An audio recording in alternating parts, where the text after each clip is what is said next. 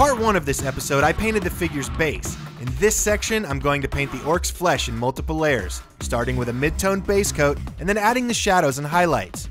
For the base coat color, I'm going to use Cayman Green from the Vallejo game color range. I'm keeping the paint slightly thinned with water and working towards even coverage with multiple layers.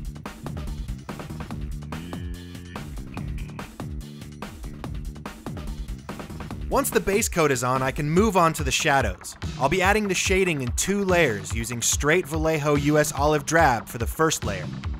I'm painting this darker green into the recesses and undersides of the Mini where shadows would naturally fall if the light were directly overhead. Notice that I'm leaving most of the original base coat exposed. This is a fundamental step in layering.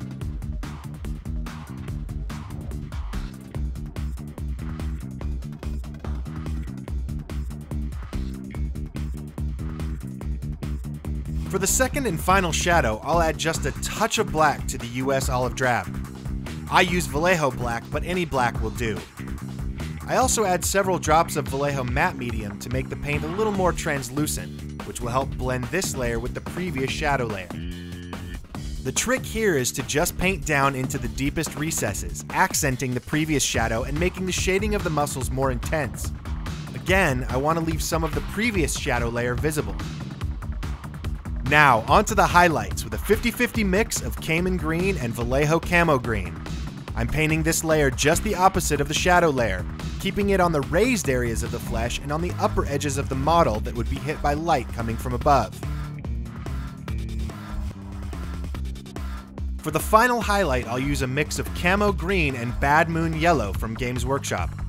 I'm just putting this highlight on the uppermost edges and surfaces of the raised areas of the flesh.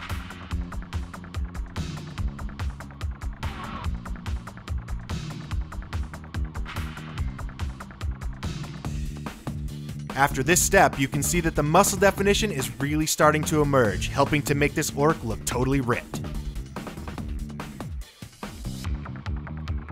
The orc flesh looks awesome, and I could stop here, but one technique I've become fond of is glazing. I'll make a glaze using the flesh base coat color of Cayman Green, a little water, and a couple drops of Vallejo's matte medium to keep consistency. I'll brush this mixture onto all the flesh areas cleanly and evenly. The glazing process tints all the covered areas with the newly applied color. The more layers you add, the more intense the tint. The effect can be subtle, but adding a glaze will help unite the layered colors, making them look more natural.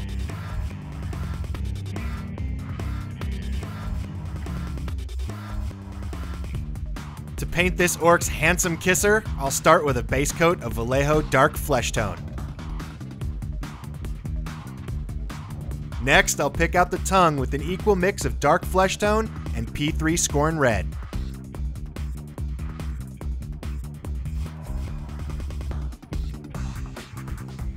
I'll add a final highlight using P3 Kador Red Base. I'll finish off the teeth in 3 layers. First, a layer of Beast Hide. Second, a layer of Menoth White Base. And lastly, a small touch of Menoth White highlight to make those gorgeous pearly whites really sparkle. For the fingernails, I'll use the same method as the teeth, without adding the final layer of Menoth White highlight.